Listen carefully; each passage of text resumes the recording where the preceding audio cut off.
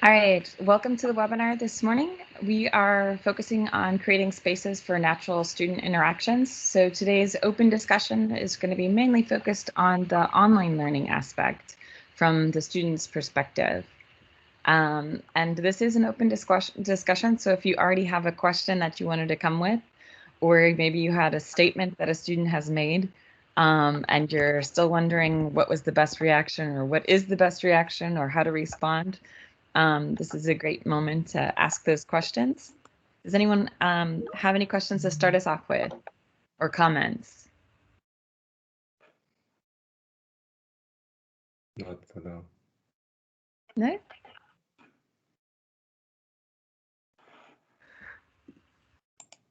All right. Sometimes I start us off with like a little meme, so I can share one that was just to get us started. And then we can go with some of the questions or comments that I've heard so far. So let me know if you can see this. This is just a little meme. It says, when you ask a teacher how virtual learning is going so far, 1 hour here is 7 years on Earth. If you're doing the online teaching now from the last year, you may be experiencing some of that or feeling that your normal lecture that was an hour on campus is now feeling much longer when you're online. So that was just one of the memes that we had seen.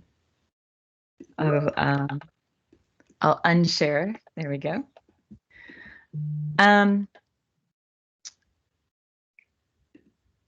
So let me just put this up. I want you all, because I haven't heard any questions yet. I don't see anything coming into the chat. I want you all to close your eyes and imagine we're going to picture our students, okay? These are our college students, maybe right out of high school. You know your audience as far as what level they are in, if they're masters or if they're bachelors. But I want you to close your eyes and picture your student. They've just completed their day. They've done all of their classwork. They've done all of their work. They're sitting at home now. They're just going to have dinner. They're alone. They're either listening to music, and then they do their routine, which might be TV after dinner. Then they read their book, think about what they have to do the next day. They go to bed. They wake up. They go out for a morning run, come back, have breakfast, and they get ready to have their first lecture of the day, which is yours. It's set up for 2 hours. What would you do?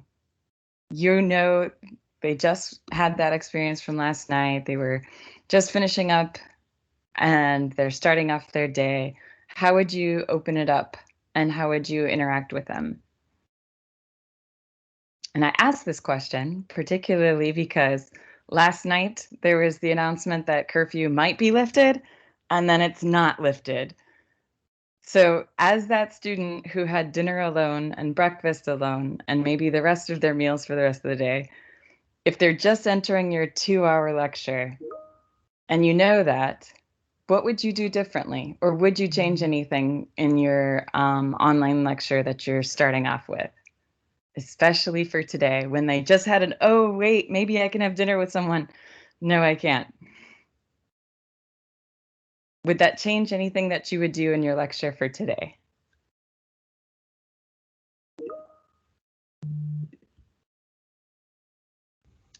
Not really. We actually do have a course of lectures that start at 8:45 at the moment with master students, and we just asked them if first thing we actually asked them when we start the lecture, because people are still coming into the room, a virtual room, just ask them how they've been and if they've done anything exciting yesterday, just in general. And sometimes you get an answer from someone and sometimes you don't. Sometimes you just get a stupid grin.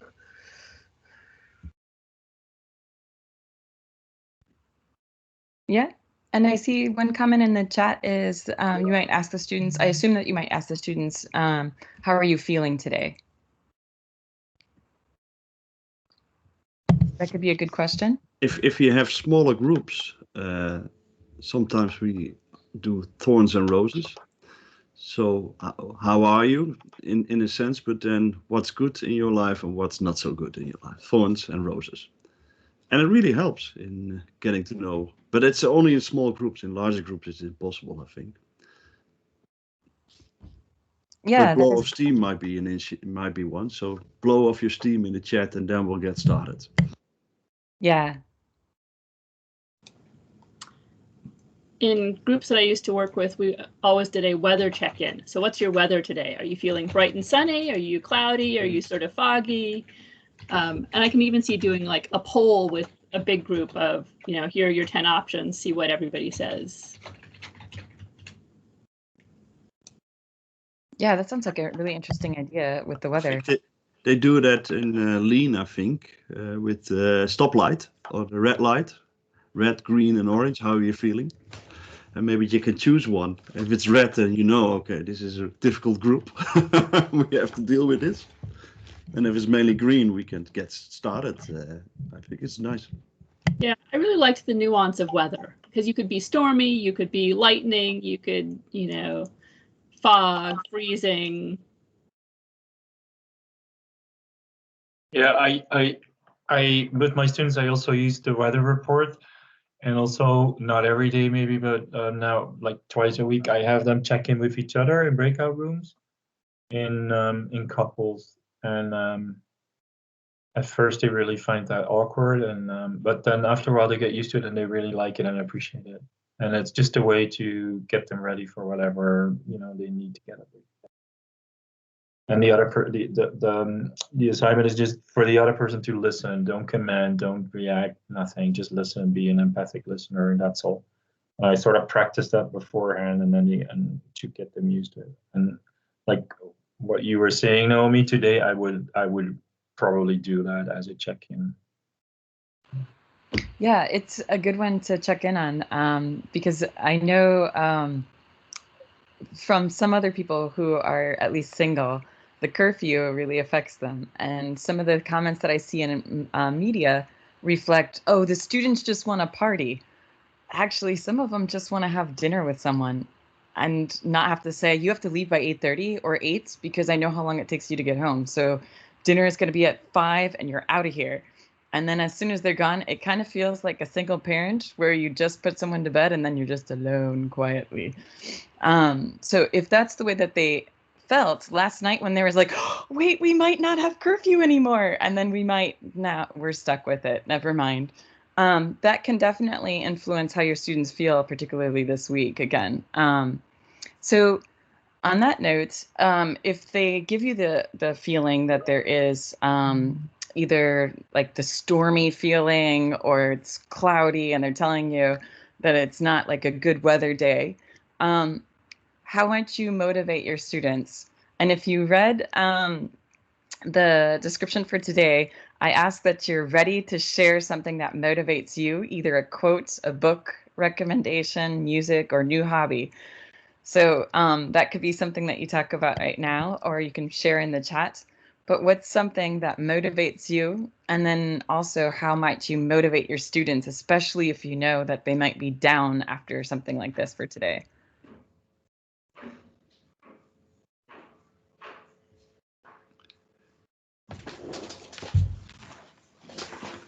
Well, last Thursday we kickstarted our course, and I didn't present from home. I presented in a recording studio at the university, and that was so much fun.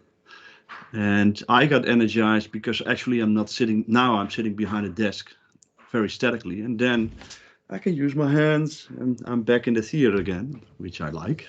And I think a lot of us like that a lot. And it really was functioning very well. And students really appreciated it. They said, well, I like the energy, but also no glitches in internet connection, which they often have. And I think we experience this as well from home. So I think that's also helps in energizing yourself, but also students, maybe. Yeah, that definitely can do it. I'm a huge fan now, so that's it's really if you get the opportunity to do a lecture in the studio, it's really energetic. I can imagine, though. I mean, and that gives you the desire too to do more of those, perhaps, or at least even when you're at home, you can kind of do the same feeling or get yourself in the mode for it. I'm just going to grab a book right off my shelf over here, but the book is called A Morning Miracle, and it's supposed to help you motivate yourself to do more before 8 a.m. And it goes through this morning routine. I'm struggling with following that. I just finished reading it not that long ago. But it's meant so that you can do certain things, and it tells you even if you have a minute, at least do these things to do it. So I'll grab the book so you can see what it looks like.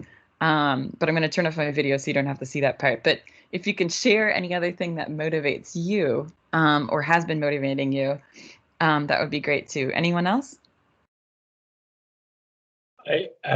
I introduce my students to 4 archetypes that I like to use, which are archetypes from a lot of cultures, like the warrior, the teacher, the healer, visionary.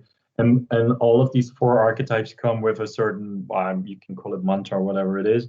So for example, the warrior comes with show up and choose to be present, which is really important for them, especially in this online period. So I show them the 4 pictures of the archetypes, and then I just invite them, okay, which one speaks to you right now? Which one would you like to sort of keep in the background for this lecture or this session or whatever? And sometimes they're not even aware of it. And I sometimes ask them after the session, so did that do anything? And sometimes I say, no, not really. But a lot of the times they say, yes, somehow it worked, and it made me more present, and it made me sort of go like, okay, if I relate to this archetype, and I choose to be present instead of, drifting up from the lecture. And it's a fun way to sort of introduce them to a little bit of, archetypes that can work for them, especially since a lot of them are working in care. So the healer also speaks to them a lot. And also one of them comes with the mantra, speak the truth without blame or judgment, which is really important online because they're reacting to each other like, so it helps them to sort of also have an online etiquette or policy to also keep listening when they're online. And so, yeah, I like that kind of, also because it stimulates me a lot to use that. So I get something out of it as well. Very nice. That sounds very interesting, the archetypes. If you have any links or any informations about some of that, you can add it to the chat just in case everyone didn't quite get it. But this is the book that I was mentioning, The Morning Miracle, so I added that to the chat. Does anyone have anything else that they might share or how they might motivate students or connect with the students to help motivate them to keep going in the classes and finish assignments up and finish out the quarter? So one of the things that I find gets me going is the idea of learning new things, right? We want to learn. And so part of that is a willingness to make mistakes. And so I talk about that with students when I interact. I'm like, we expect you to make mistakes, like make new, bigger, better mistakes every time. Experience is the bad feeling you've done this before, you've made this mistake before. Learning is new mistakes. And I find that they seem to relax them. Yeah, that definitely does, especially knowing that we're all human and we can make errors. And part of the student learning side of this is that they're still learning to become the professional. They're learning to not only make the mistakes, but what happens when they make the mistake and how to react to it, how to interact with their supervisors or people above them, perhaps. And in this case, it might be the lecturers, but they're at least experiencing how to interact with experts with their mistakes and still having, in cases, maybe saving face and all of that. Yeah, that's great. Occasionally, I try to break the ice by simply talking about something, like actual, what in the news. The evening clock was yesterday, indeed, and in the group session. Occasionally, I speak about Dutch words, which are really typical Dutch and that don't exist in English. Like, what is a hole in the ice? We have one word for it, that sort of thing. And what is walking on skates from one ice track to another ice track? That's also a verb. We only have that verb. Nobody has it. So sometimes that motivates people. Maybe you know both words. If you're Dutch, you know what I'm talking about. But yeah, for the rest, most students actually are most helped by simply how do you solve a problem. That's really what they want to know. And that can be sometimes. I have one student which I consider to be a problem case, and I don't know how to handle him actually. So then it becomes study advisor. Sorry, I can't help you then. So yeah.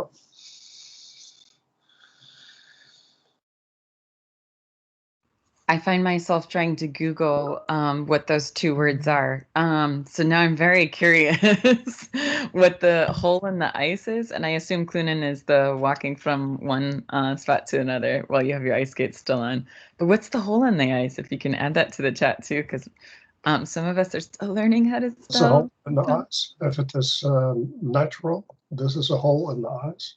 If it is man-made, then it is like that. And the walking is like this. It's actually Frisian. It's imported into Dutch. Interesting. Yeah, there are no other languages except Danish and Russian where you have this. So you don't have it in English or American. Yeah, very interesting to hear that.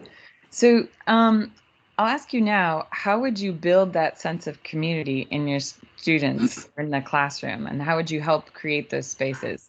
Because what I'm hearing today is kind of interacting with things that are happening currently around them. Clearly, we had more ice the last week. So learning some of the Dutch words related to ice is fascinating for them. And how else might you help create that sense of community in your own classes? How might you do that? Or have you noticed students doing it on their own?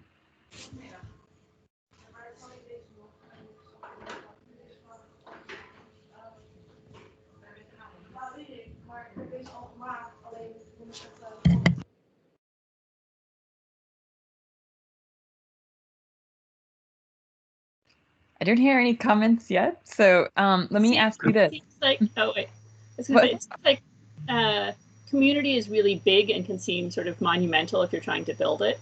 But maybe if you think about building connections, and eventually if you weave all of these connections together, you have the fabric of community. Yeah, because let's ask this question. What comes to mind when we talk about building a sense of community, especially for students? What do you picture? What would you picture as the instructor looking down saying, that's the sense of community amongst the students? And what might you picture as the student body saying, this is definitely my sense of community. I have a community space. Is there a difference? What do you think?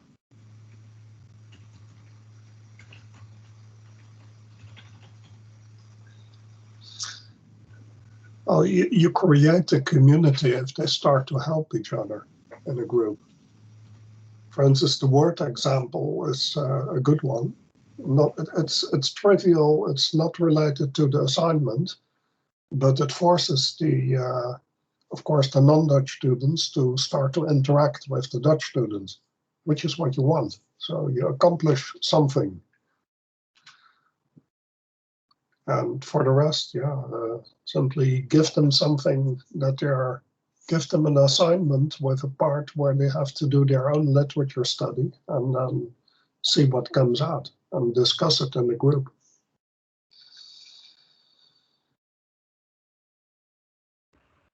I like what Joanna had mentioned about the connections and building the connections.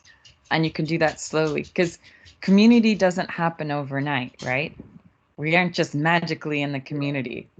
And some of the students may be from other countries, so they may struggle connecting more with the community, particularly as they learn the new Dutch words or different experiences in the country here.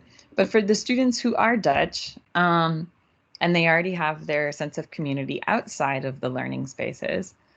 And I'm hearing that it might take more time to connect with the students or get the students to connect. And the thread, yes, I see that too. Yeah, that the threads as an analogy is really nice too. How might you help create some of those connections then with the students? Because I assume that you mean the connections between students.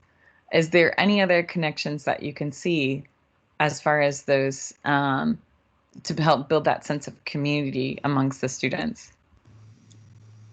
Well, obviously, I think you need connections with the teachers. Like it doesn't work if it's just the students are off over there in a group and you're over here, you know, talking at this community over there. They're not going to connect to you. So it has to be everybody is included in that community. Yeah, that makes sense. And some of those connections then have personalities, right? Because we all have our own personal interests. And I can clearly hear Ernst must like also skating. So he at least must have been out there ice skating or knows about ice skating more, because then he would use those words or want to introduce it. Or at least be passionate enough to want to see others out ice skating, right?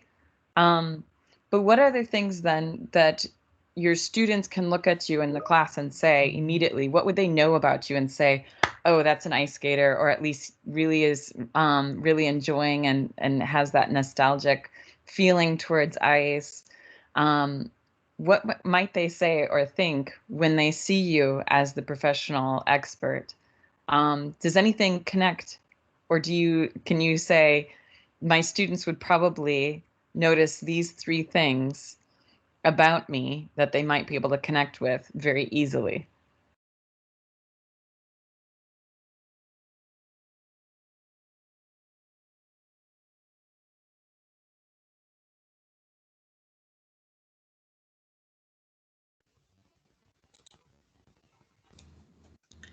I think, Naomi, something that I've done before is at the start kind of make a bit of a play about the fact that I can't pronounce names very well, and kind of apologetically, you know, say, oh, I'm pronouncing that terribly, you know, and kind of laugh it off. But that shows that you're quite human. And also, you know, you can be the start of a very simple, basic dialogue. But yeah, I've done that before.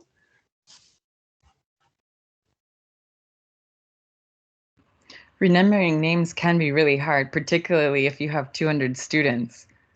How do you all do that then when you have a larger group of students? Because that's a good question. It's hard to make the connections if you have a large number of students in a class.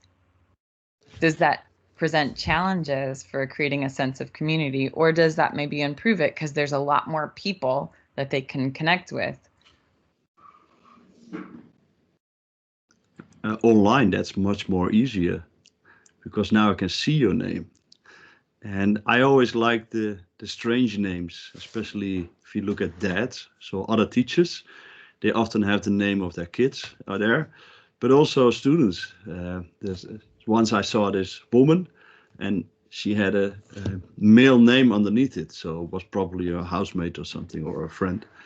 And I think that you can make jokes about that if you like. I think it's really nice.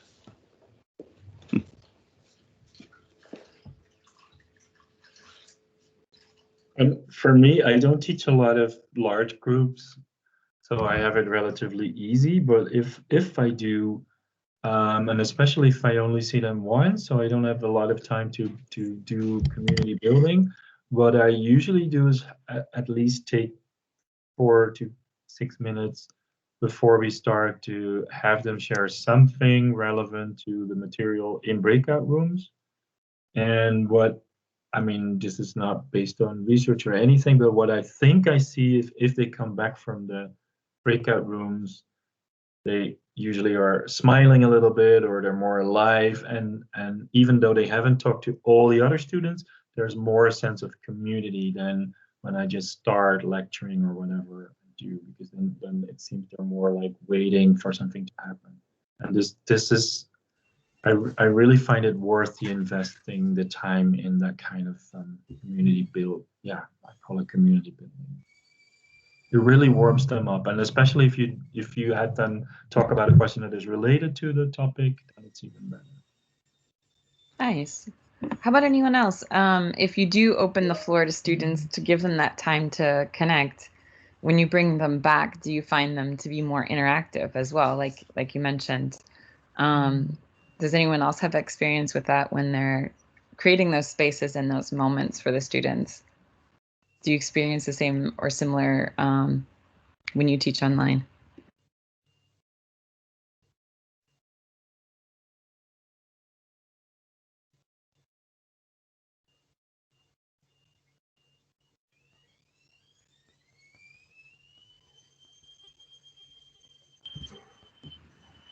I'm just going to read out one of the comments here, and it sounds interesting, is what students also mentioned they like is when the lecturer asks them to reply in the chat, but not click enter until they are told.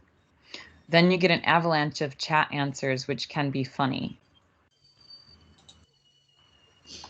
That could be a good experience as well. Jonetta, do you have an example of a question that we can ask people now to try that out? Usually the funny thing is when it's like an easy question that most will answer the same thing, but as soon as you see it, you will stop writing. So the use is that you still think and you still answer. And I do it in my TA training sometimes. And then, for example, I mentioned earlier in the chat this thing about autonomy, and then they see an example and they have to say, sorry, about the self-determination theory. And then they see an example and they have to say whether it's autonomy or competence or relatedness. And then the answer is usually not that difficult. So all of a sudden there's all this relatedness coming in the chat as an avalanche, and it makes them, when they have their cameras on, so I can see they're all smiling, and it kind of, yeah, gives a nice atmosphere. But I wouldn't know a question to ask right now. Okay, so I'll give us a question. So in your own profession, you likely, as you became a professional, connected with peers or experts in the field. And it could be something, for example, in sales, oftentimes people go golfing to make negotiations. Golfing has nothing to do with actual sales. However, a lot of negotiations happen on the golf field. So for you, when you're thinking about things that you connected to others with, either with your peers or experts in the field, but specific to your field, what comes to mind that you did that connected you with others? And if you can get ready to type something into the chat, we can try it out and see what kind of questions come up with. But hold your thoughts. Don't hit enter yet. We'll try it out, Jonetta. We'll see how this happens. So come up with something, at least one thing that you've done that helped you connect with peers or experts in your field. But don't hit the enter yet. And give me a thumbs up when you feel that you're ready. Yeah? Do we have any others? We've got a few other moments. Any others? I can't see everyone, so let me just switch over. Yeah, I can't see every. How many thumbs up do we have? Oh, hands up also works too. All right. Let's go ahead and hit enter.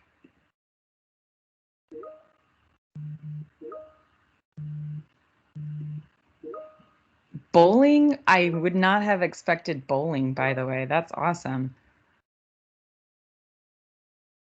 Attending the conference. Having children together, or?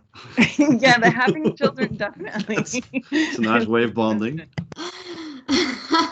No, just simply talking about your kids. I mean. The cup of coffee, dance. I'm curious on the dance. Is that talking about dance or dancing together as well? I'm wondering on that one.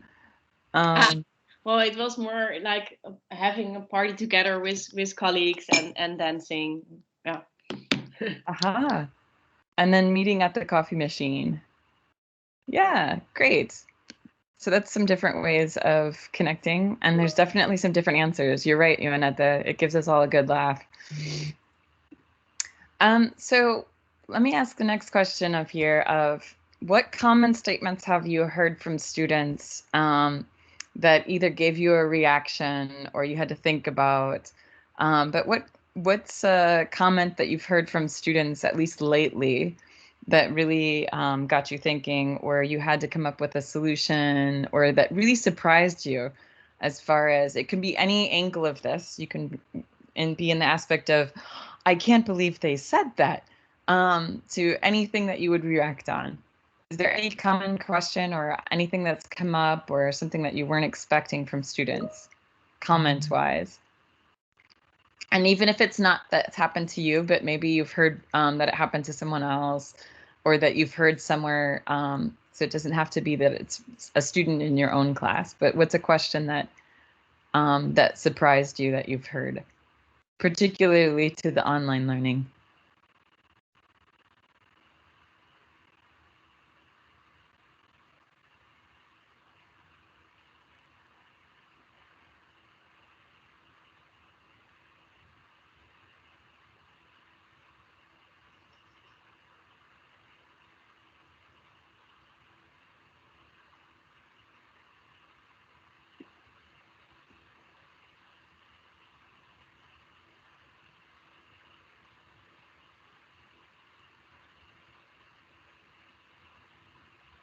No questions or comments that you can think of?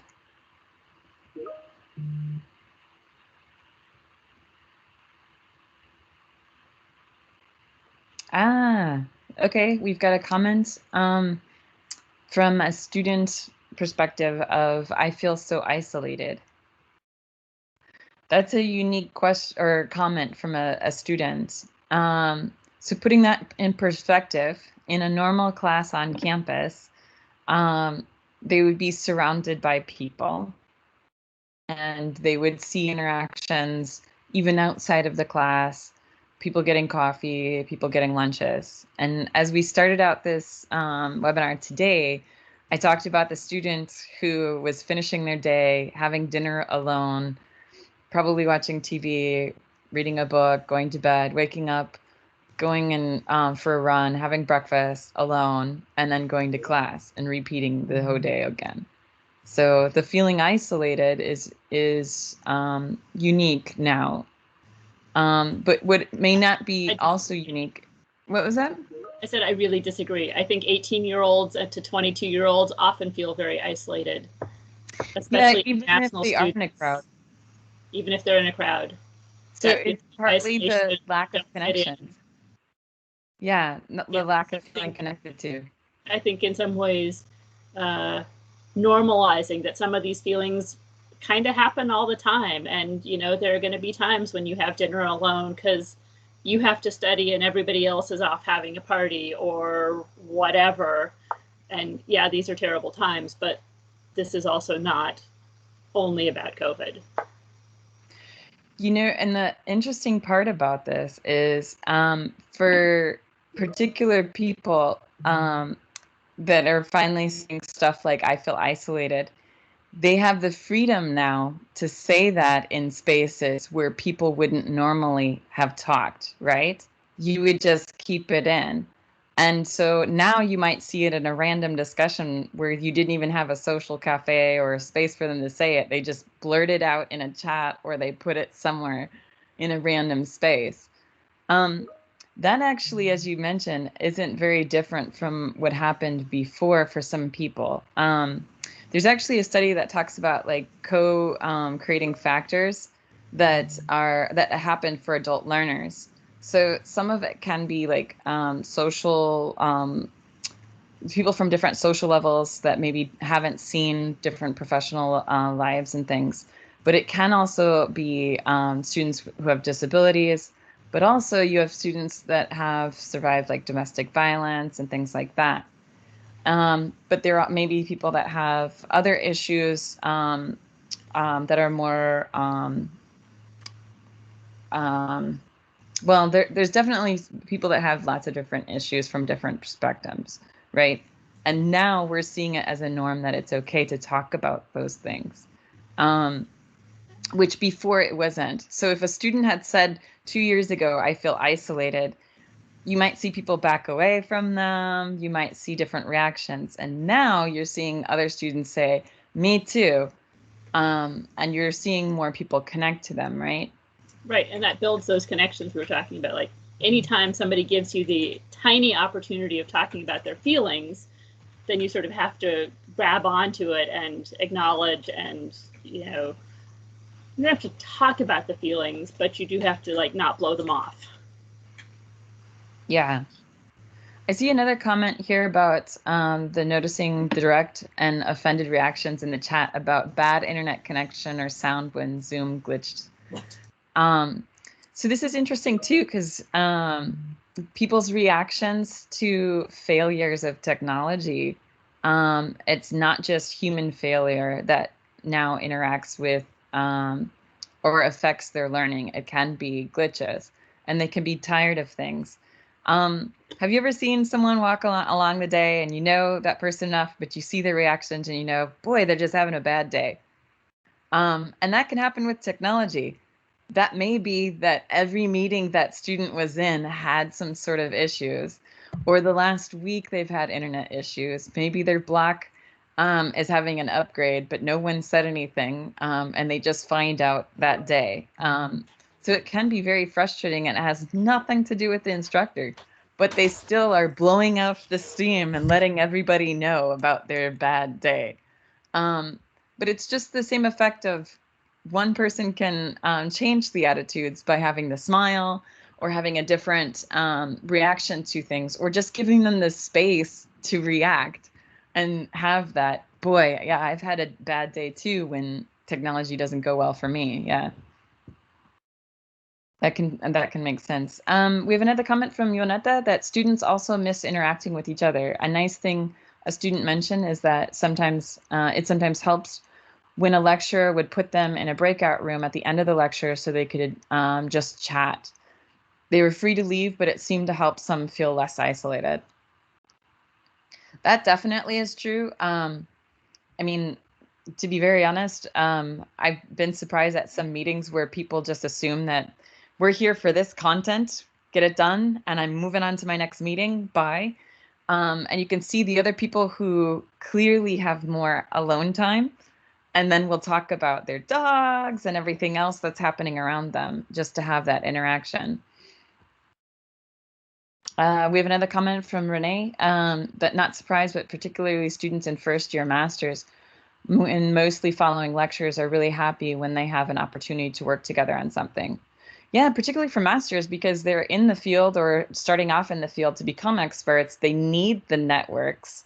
They need that professional learning or that professional development and connections. Yeah. Looks like we have another comment with Neil. It's the moments before, during, and after lectures that would normally connect that are important to replicate if possible. And then the horrors of the leave meeting button after the vibrant online experience, and then suddenly you're alone. That's true too, especially if it's the end of the day and getting closer to the curfew or already past the curfew point. And then someone said that they use Discord as a channel for chats after lectures. And that can be the space that you're looking for as far as where to create space. And Neil had mentioned here that they use Discord for Minecraft Virtual Campus 2. Great tool, but marked red by tooling. So what other tools do you use to help students socialize and connect?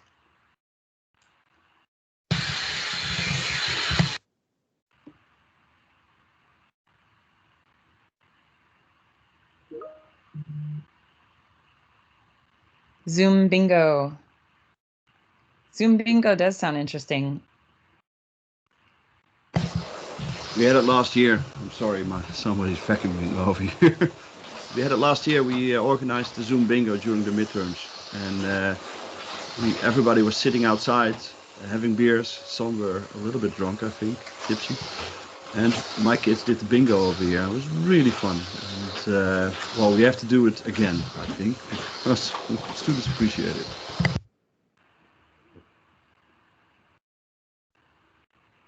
Yeah, so what other spaces do you have, either in your program or in a course that you're teaching, similar to that? Anyone else?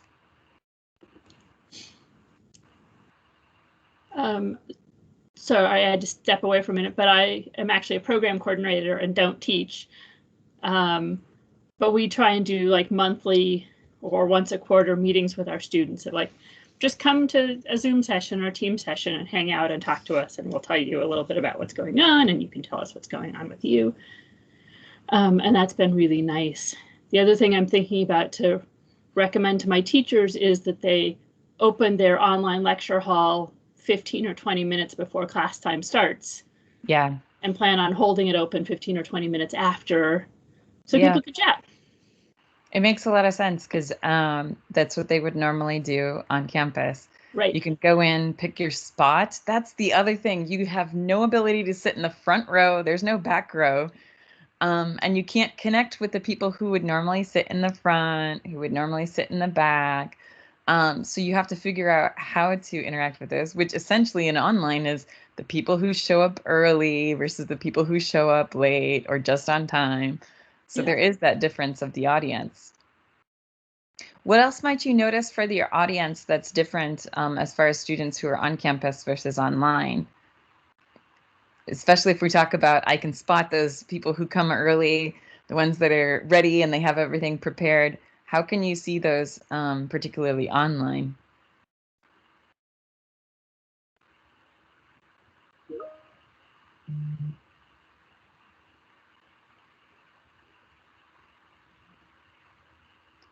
Because the reason why I ask is it harder to find which students are struggling? Because I would imagine on campus, you can tell which ones are struggling. You put up the formula, you can see the faces, like, you know their reaction, you can see that they're lost. Whereas online, how would you get that feedback, particularly in your live lecture? Or how are you getting that type of feedback?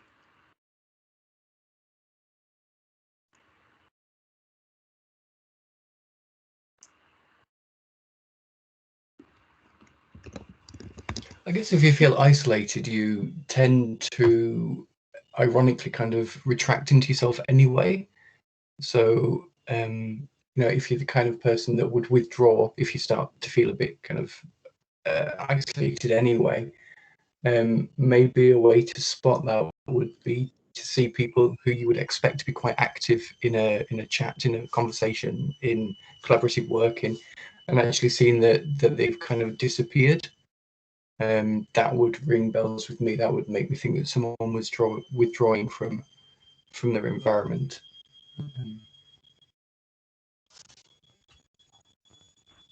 Yeah, the students that withdraw or don't interact could be the ones, especially like in an open discussion that we have right now. There are differences between people answering the door for delivery and coming back. But how else might you identify those struggling students? It does sound like it's important then to have interactions throughout the lecture to make sure that you haven't lost the audience. That seems almost more important now than perhaps even on campus, because you have the faces in front of you, right?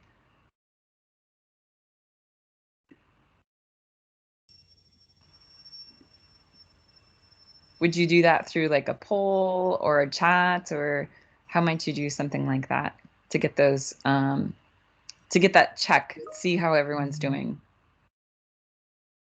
The short survey with forms, for example, at the end of the lecture with start, stop, continue, or something like that.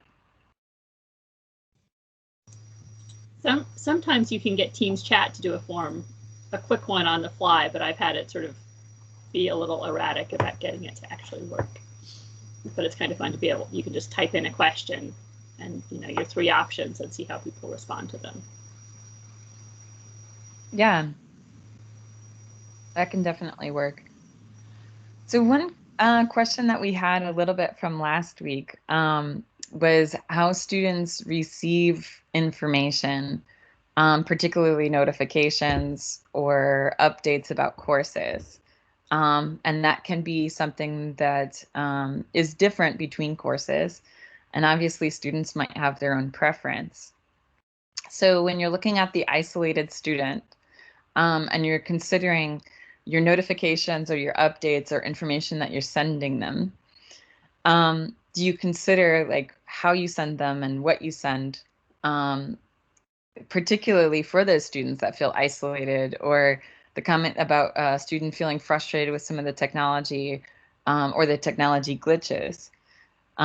What do you consider, and what do you come up with as far as sending those course notifications and making sure that they know where the content is and how to find things for that week?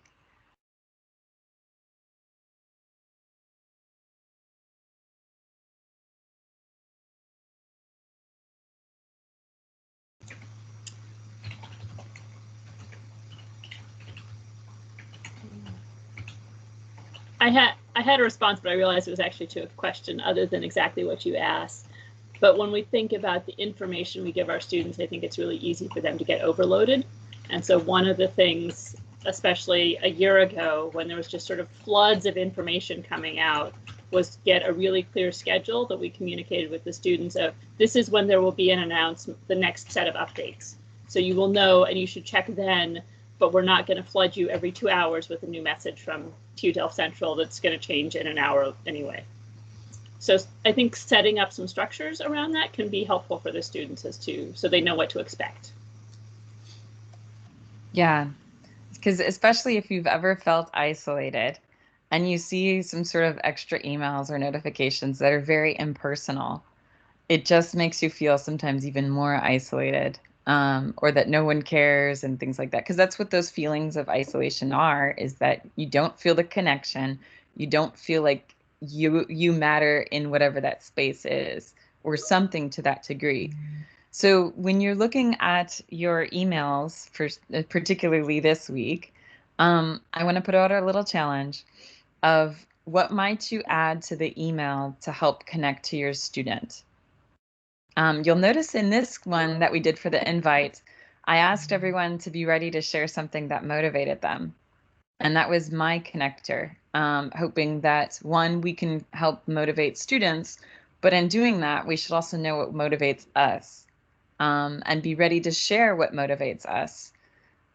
So that was my connector. And I usually do something like that after I've already created whatever I'm going to do. So I'll create my email and then look back at, like, what was my topic and can I add an example of it inside? So the same thing like the engaging and connecting students, I went back afterwards for my presentation to make sure that I had interactions planned, because you have to give the examples, right? So in this case, when you're looking back at your communications to your students this week, what's one thing that you might add, or ask them to do to help connect? And I do see someone had posted in the chat here, clarity and weekly updates instead of information overload. Using Brightspace tool for announcements of dear and including their first name. It is interesting when you actually see your name versus just the standard hi or hello or greetings, or just skipped. Sometimes you'll even notice that that's even skipped. To be honest, I don't see the announcements in Brightspace as a sort of like an email. Like, dear students, I tend just to leave that, and kind regards underneath an announcement. I find that very strange, to be honest, but that's my point. I can imagine that it might be more personal. And I noticed that I never knew how to work with this. So dear first name never works for me. Then suddenly there's something in brackets. Like, what? No. I think in the Brightspace help, there's a whole set of codes that you can use. There is. And if you need help with that specifically, the Brightspace support can always help with you. because the reason why I say that is most tools have their own way of doing some things. Sometimes it's HTML, sometimes it's like a different code or keywords to use.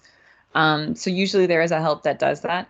I like that you point that out. It wouldn't make sense for every announcement in the course to include "Dear" with your name. It might for the welcome email, or it might be nice to say like a weekly reminder and then their name, so that they see it occasionally and it's just once a week or a few times in the quarter, so it catches their eye on something important, especially if you're reminding them, don't forget to study for the final exam. And that's the, so you're only doing it like 2 or 3 times, that would make sense. Mail merge is actually interesting too, because not everyone uses mail merge or knows how to use that either. So it's a unique thing too. It is surprising too, because I've used it in the past, but I'm surprised at how many people don't use it or haven't ever used it. I think it's a forgotten tool. It is, and it's very nice. And mail merge is really handy. But it is nice so that it does the first names and everything like that as well. Thanks, Jonetta, for adding that. So she added the link to replace the strings so you can see what that looks like, particularly for the announcements. We're getting closer to the end of the time for today. I know this was more of an open discussion. And so if you had any other questions or comments more specifically related to the student aspect of online learning, this is again the space for that.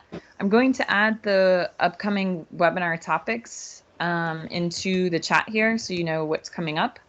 And then just as a reminder, if you want to suggest a topic that you want us to cover and we haven't yet, please let us know. You can add that to the chat. You can send me an email. Any of that would be fine as well. So I'm just going to add these upcoming ones. The first one that's coming up next here on March 3rd is going to be the one with Calvin Rands, and then March 10th will be Pim on digital story. The other one on March 17th is more focused on how to get students to connect who basically have never met each other, and how to get them to interact with each other, particularly if you're asking them to do projects together and produce work together. It's also related to virtual study abroad types of options, in that you can connect one course with another course somewhere else. If you normally would, for your students, maybe if you normally had something where they would go for 2 weeks or 4 weeks out of the year and that program isn't happening, then you can find out how to kind of do some options instead of a virtual study abroad. We'll have an assessment Q&A on March 31st.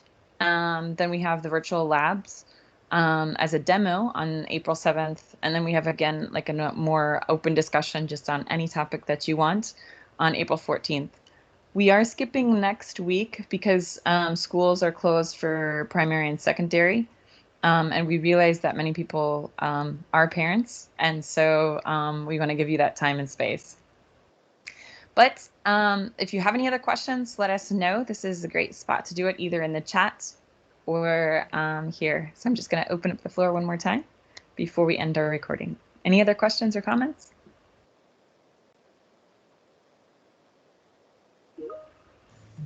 Just thank you. I have lots of ideas now to take back to share with some of my teachers. Thanks. Great, wonderful. Yeah. It's something I would like to add. I didn't see a chance yet, but one of my colleagues had a very nice setup of his lectures,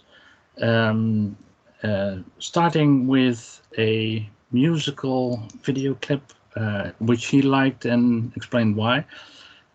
He started with a colleague online, just a simple conversation during the time that people came in. So it was a lively atmosphere to start with. Then he invited an expert about the topic of that day. So they had a discussion about what's important for students to know, how the knowledge they are supposed to get from this lecture is applied. Short break, then talking about theory, and short break again, and then talking about applications or simulations to show the possibilities of the theory, etc. And because of the livelihood of the first part, he managed to get a lot of reactions in the chat. Both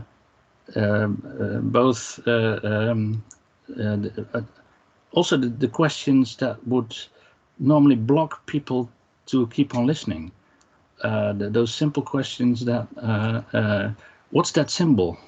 Or he's talking about a row, but I see a P.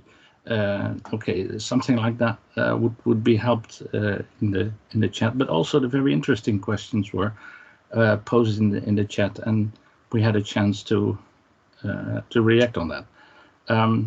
It's necessary for one lecturer to concentrate on the content, and another person fully versed into the subject that can help answer everything in the chat. But that works like a charm. Yeah, I agree, especially if you're not used to looking at the chat and trying to interact with everything, because it is a lot to do all in one space. I do want to make one other comment, because this is more on the student online learning. We talked about students that we can't see in the online space, but you would normally see on campus. One aspect that most people haven't really thought about is if you normally are on campus, you could see if a student is disabled and might need more time to have time to get the break to go to the bathroom, things like that. So when you're building time for them to have those breaks, if you have a long lecture time and you say you got like 2 minutes for coffee, 2 minutes may not be enough time, right? And so think about your timing and your space, particularly since you can't see your audience.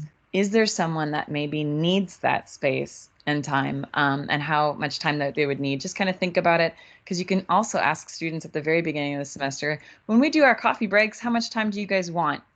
Do you want 5 minutes? You know, do you want 3 minutes? What's everyone's gonna say? Because one person might be the one that responds, or at least tells you privately what they need.